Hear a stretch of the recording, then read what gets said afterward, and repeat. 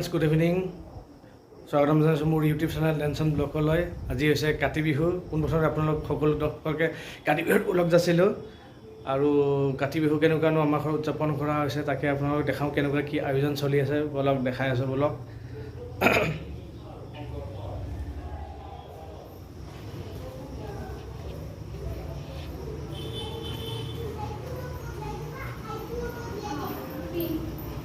কি পূজা দিয়া হৈ গ'ল নেকি? হ'ল।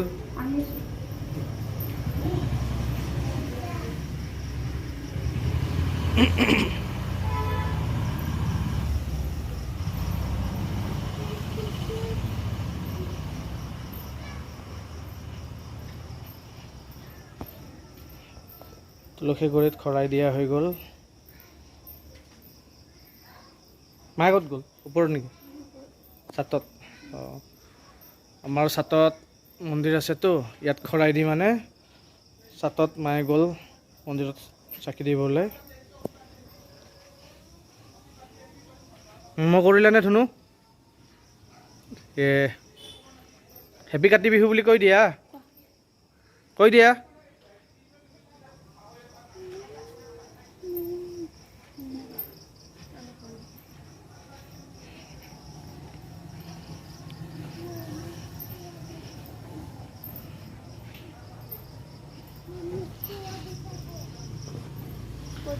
ঔটেঙাৰ চাকি, এয়া ঔটেঙাৰ চাকি, চাকি বোলে চাকি।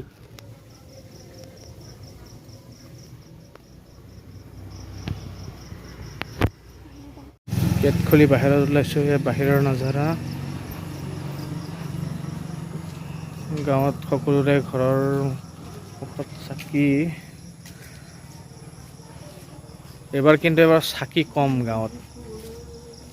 এইফালে চাকি দিয়াই নাই নে দিবহে চাগে, নে আমাৰ এডভান্স হৈ গ'ল।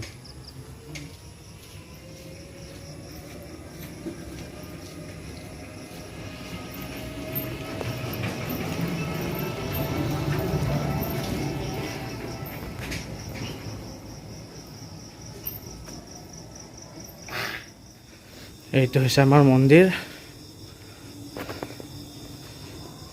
বিষ্ণু মন্দিৰ। ইয়াতো চাকি বন্তি দিয়া হৈ গ'ল।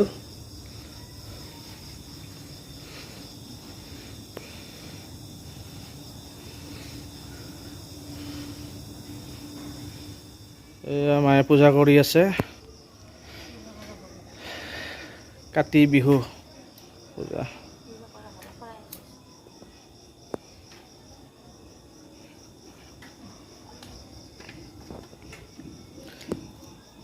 একচুৱেলি পূজা দিয়া হ'ল, এইটো শৰাই ভাঙি আছে। বুট খাব লাগিব আৰু ৰাইজ চাই থাকিব, আমি বুট খাই থাকিম।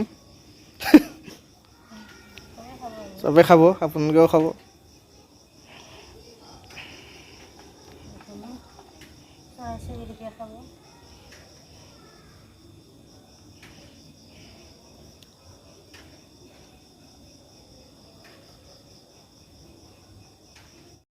এইখিনি কি কাৰণে এক্সট্ৰা? এই চৰাই চিৰিকটি এইখিনি এৰি দিম আৰু মাৰ নামত। ৰাতি হ'ল না, কালি গছৰ তলত ধুনীয়া পানীত উটুৱাই দিম। পানীৰ চাইডত থ'লে হ'ব। প্ৰসাদ অলপ আছে, কল আছে, লাৰু আছে, পোক পৰুৱাই খাব। এইখিনি একচুৱেলি পূজাৰ নামত পোক পৰুৱা বা চৰাই চিৰিকটি খাবৰ কাৰণে মায়ে এইখিনি থৈ দিলে। বাকী এইখিনি শৰাইখন ভাঙা হ'ল বাৰু। চাই পেলাই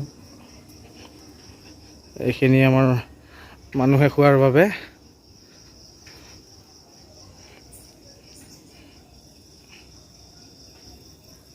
এইখিনি লৈ গ'ল।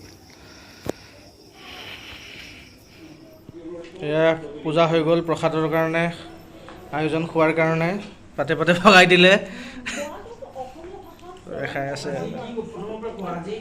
এইবিলাক ক'লোৱে আৰু।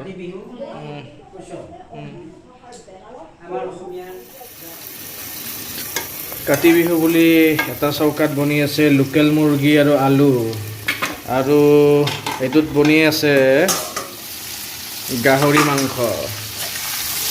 গাহৰি মাংস বনিব, গাহৰি মাংসটো বনিব কি আছিলে, কল ফুলৰ লগত। এইটো বেছি ভাল হৈছে গাহৰি মাংসটো মজা বনাই থাকা তুমি আমি খাব পালে হ'ল মাংস বনোৱা হৈ গ'ল এয়া মাংস মই এতিয়া মাংস টেষ্ট কৰোঁ আৰু ভিডিঅ'টো ইয়াতে সামৰোঁ ধন্যবাদ